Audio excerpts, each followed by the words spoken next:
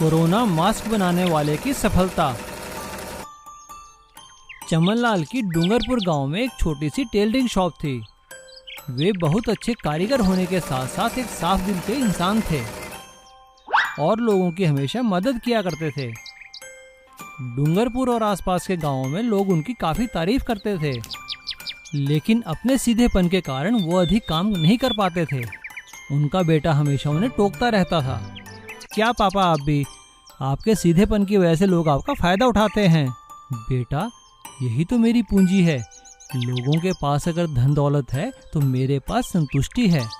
Corona महामारी फैलने के बाद उनका टेलरिंग शॉप लगभग बंद हो गया था। लॉकडाउन के चलते कोई भी घर से बाहर नहीं निकल रहा था। सभी लोग कोरोना महामारी से लड़ने के लिए कुछ न कुछ कर रहे थे। चमनलाल भी इस महामारी से लड़ने के लिए अपना योगदान देना चाहते थे। तभी एक दिन उनके मन में एक विचार आता है। वे अपनी सिलाई मशीन लेकर घर आ जाते हैं और पुराने कपड़ों से 3 लेयर वाला मास्क बनाना शुरू कर देते हैं। पहले दिन वो 50 मास्क बनाकर गांव की पंचायत में जाते हैं, जहां सभी लोग कोरोना से लड़ने के लिए सलाह मशवरा कर रहे थे। मुखिया जी नमस्कार, देखिए मैंने कुछ मास्क तैयार किए हैं जो मैं लोगों के सेवार्थ मुफ्त देना चाहता हूँ। हाँ चमनलाल जी, आइए ये मास्क डॉक्टर साहब को दिखाइए। वहाँ बैठे डॉक्टर साहब चमनलाल द्वारा बनाए मास्क देखकर कहते हैं, अरे वाह चमनलाल जी, आपने तो बहुत बढ़िया मास्क बनाए हैं। ये तो कोरोना का संक्रमण रोकने के लिए एकदम काबिल हैं। धन्यवाद डॉक्टर साहब।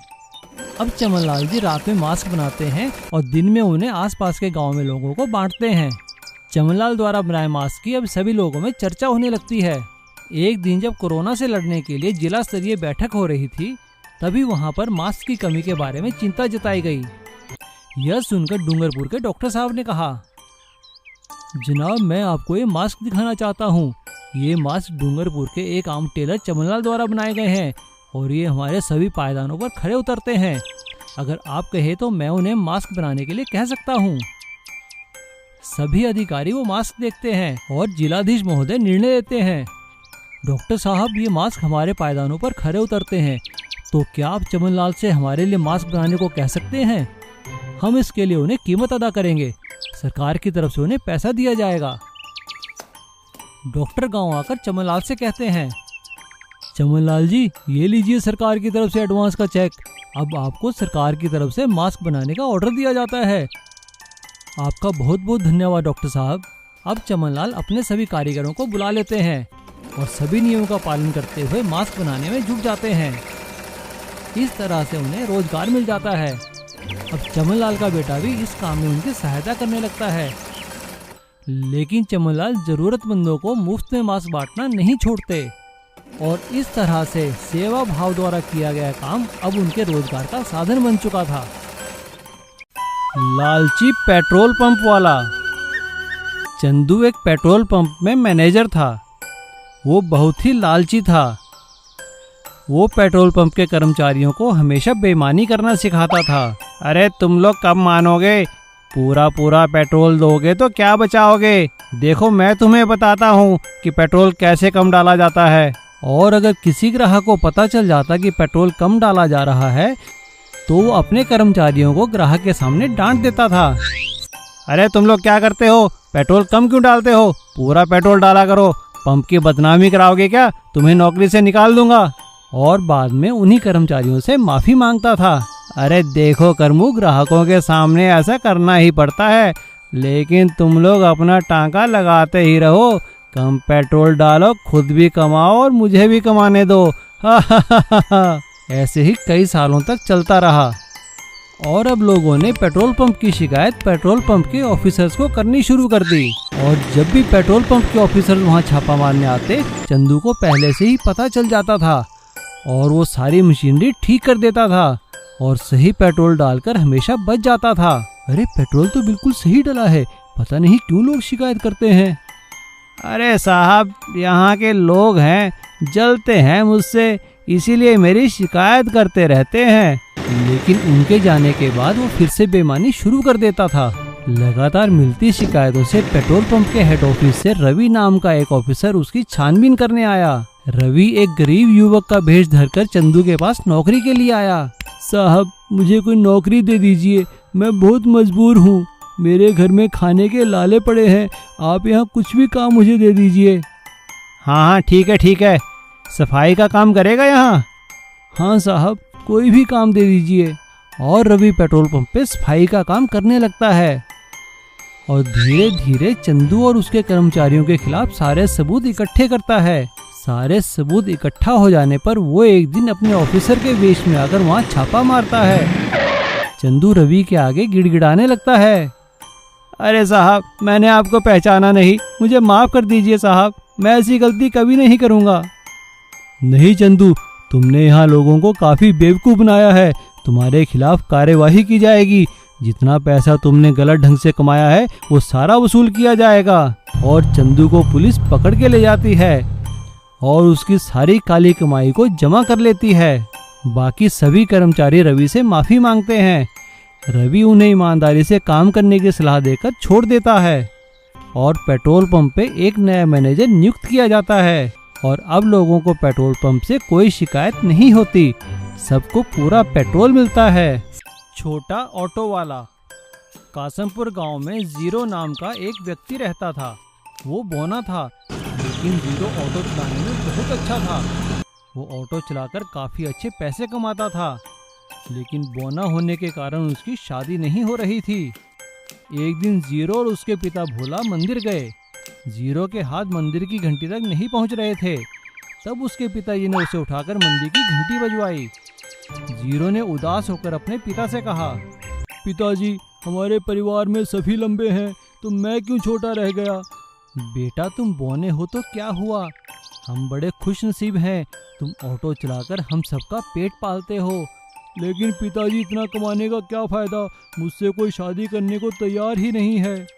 चिंता मत करो बेटा, भगवान सब ठीक करेंगे। एक दिन जीरो शादी के बिचौलिए सोहनलाल से मिलता है। सोहनलाल उससे उसकी लेटेस्ट फोटो मांगता है। अरे सोहनलाल जी, फोटो तो मेरे पास है नहीं, लेकिन अब ऑटो के सामने मेरी फोटो खींच लीजिए। देखो बेटा जीरो, अगर तुम बड़े ऑटो के सामने फोटो खिंचवाओगे तो और छोटे दिखोगे। एक काम करो, वो छोटा ऑटो है ना, उसके सामने खड़े होकर फोटो खिंचवा लो, दिखने में बड़े लगोगे, कोई भी लड़की हाँ कर देगी। लेकिन सोहनलाल जी, ये तो धोखा होगा ना उस लड़की के साथ। अरे तो क्या हो गया, फोटो में एक बार हाँ करने दो, फिर तुम्हें मैं दिखा दूंगा उस लड़की को।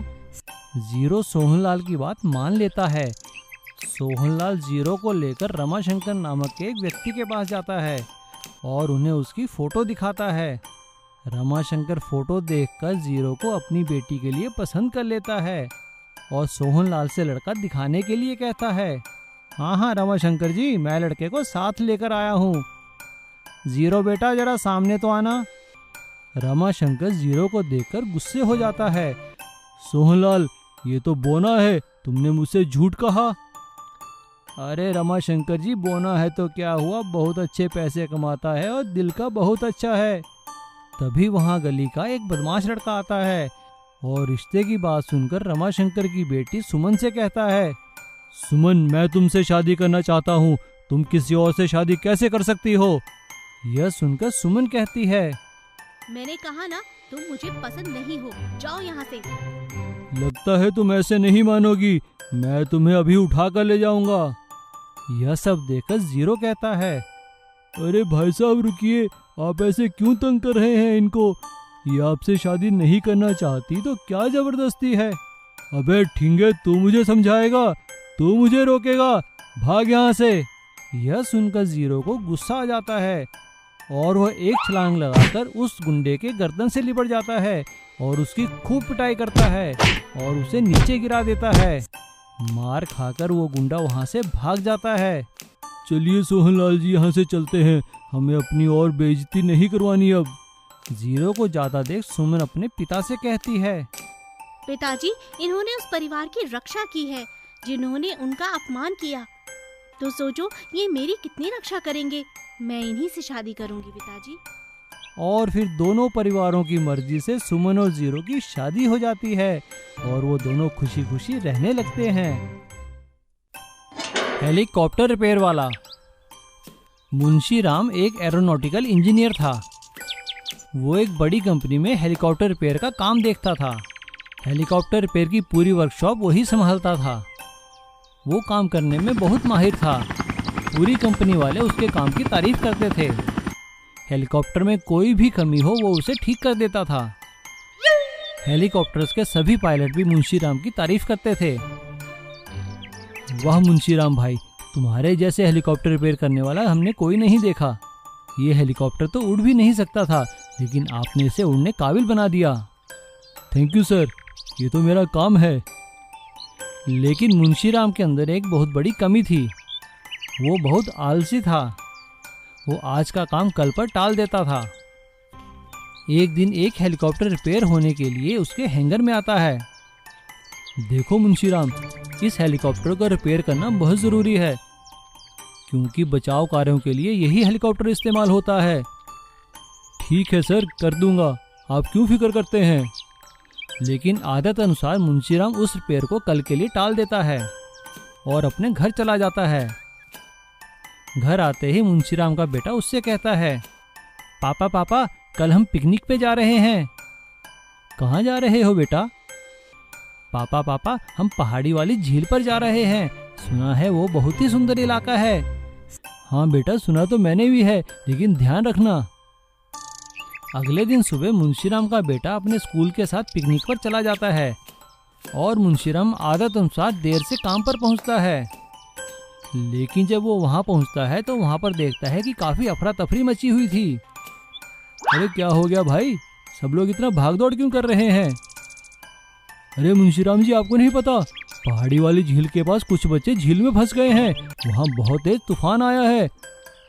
ऑपरेशंस इंचार्ज आए थे हेलीकॉप्टर के लिए पूछने, लेकिन आपने तो इसे ठीक ही नहीं किया। अब बचाव कैसे होगा। ये बात सुनते ही मुंशीराम के पैरों तले जमीन निकल जाती है। अब उसे अपनी गलती का एहसास होता है और वो तुरंत ही 1 घंटे में हेलीकॉप्टर ठीक कर देता है। पायलट हेलीकॉप्टर ले जाकर बचाव करते हैं और सभी बच्चों को बचा लिया जाता है। ऑपरेशंस इंचार्ज मुंशीराम से कहते हैं, देखा मुंशीराम, आज तुम्हारे आलस की वजह से तुम्हारे बेटे की जिंदगी खतरे में पड़ गई थी। मुंशीराम को अपनी गलती का एहसास हो जाता है और वो कभी काम में आलस न करने की कसम खाता है। Please subscribe.